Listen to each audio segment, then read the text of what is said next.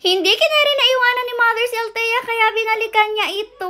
Hello Pack members! Welcome back to Husky Pack TV! For today's video ay continuation nga lang ng video natin tungkol kay Althea kasi alam niya naman inihatid nga siya ni Mother dito sa Mindoro dahil dito na siya magsistay. Pero super unexpected na nangyari na may stranded siya dito sa Mindoro at hindi makakauwi sa Batangas sa ating Pack members dahil nga po kay Bagyong Christy. Kung makikita niyo rin nga lahat ng mga nakaparadang truck at jeep dyan ay nag-aantay po na makaliban rin at makasakay ng barko. Grabe, diba? Napakarami talaga nila at napakahaba na po ng pila na yan. At sa pinakalikod pa talaga pipila sina Mother and wala pa rin talagang biyahe. Imagine nyo kapag nagkabiyahe ay ilang araw pa nga po bago sila tuluyang makaalis. Nakakalungkot pa. Marami rin sa mga ito ay may lamang mga live animals. Kawawa naman ang mga animals kasi stranded din sila at walang makain. Kaya naman kahit gustuhin ni Mother na umuwi na nga sa ating Pack members, wala siyang choice kundi bumalik nga po ulit dito sa ating pinag-i-stay yan dahil kailangan po na dito muna siya dahil wala pang ang biyahe. Kaya naman dito nga muna siya nagpalipas ng bagyo tapos eto nga dito siya dumiretso kay na Tito Abe para i-check nga ulit si Althea. At gaya nga nang sabi ko sa inyo, hindi ako nagkamali sa previous video natin dahil talagang itong si Althea ay nasanay na rin nga sa tali niya at hindi lang yan. Talagang sabi ko naman sa inyo, magiging friends rin sila nitong si Tiger. Bating-bati na nga sila nung time na to.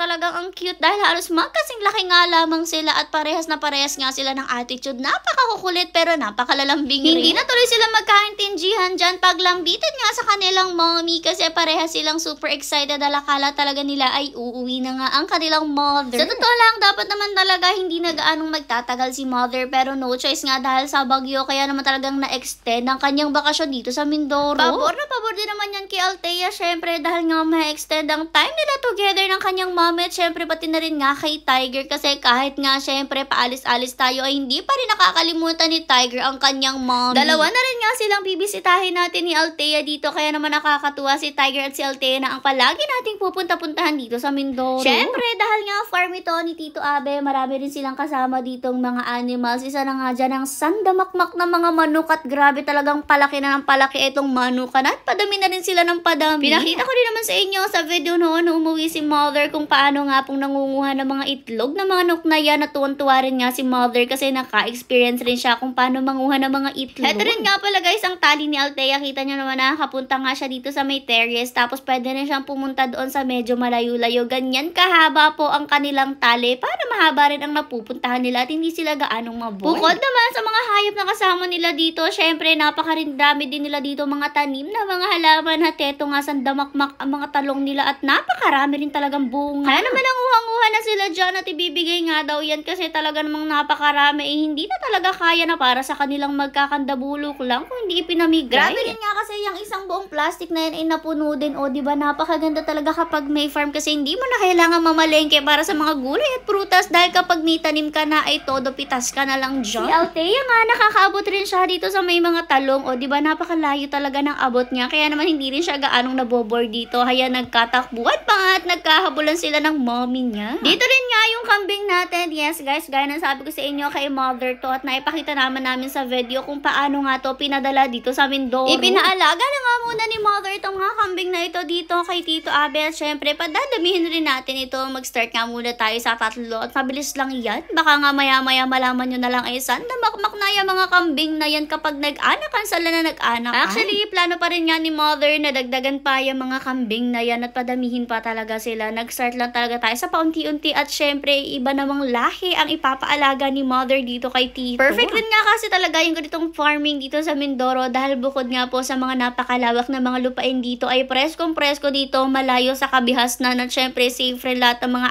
animals. Napakasarap din talaga ng simoy ng hangin dito kaya naman itong si Althea ay talagang napakasarap rin na magiging buhay niya dito. Simple man, oo, pero napakasaya rin ng buhay dito. Hindi naman siya nag-iisa talaga dahil nandyan nga si Tiger, syempre yung kanyang mga fur parents na mag-aalaga at mag-aaruga pa rin sa kanya habang nandito meron siya. Mga siya mga pwedeng kulitin dito gaya na lang nga nitong kambing na nauna ng kulitin ng kanyang mommy o diba ang kulit-kulit. Hindi lang rin nga pala dito nagsistay si Mother sa bahay ni na Tito Abe kaya naman binibisi-bisita na lang din niya dito si Althea kapag nga po may time siya. Sobrang putik rin nga pala ng mga paanong time na to ni Althea at ni Tiger kaya naman naman talagang for datungga dyan si mother para makakuha ng tubig at naghugas nga siya ng mga kamay niya dahil nga po kung saan na rin siya naghawak kahit nga sa kambing. Napakalakas pa rin ang hangin nito at buti na nga lang medyo tumila na ang ulan. Grabe rin talaga ang hagupit ni Bagyong Christine kaya sana naman ay safe kayong lahat kasi si Althea ay naging safe naman dito kasagsagan nga po ng bagyuhan. Hindi rin naman kasi talaga sila palagi andito sa labas kasi kapag nga po may bagyuhan syempre nasa loob rin naman sila at lalo na nga kapag malamig dahil itong si Althea napakalamigin talaga dahil halos wala naman siyang balahibo. Anyways, ito na nga finally magpapaalam na talaga tayo kay Althea at mukhang mas okay na nga siyang iwanan ngayon. Hindi na gaanong masakit sa dibdib dahil kung makikita natin ay talagang masaya na rin naman siya dito. Paalam na ulit Althea at sa susunod na nga ulit nating pagkikita. Nako, siguradong sa sunod naming kita sa'yo napakalaki mo na at dalagang dalaga ka na.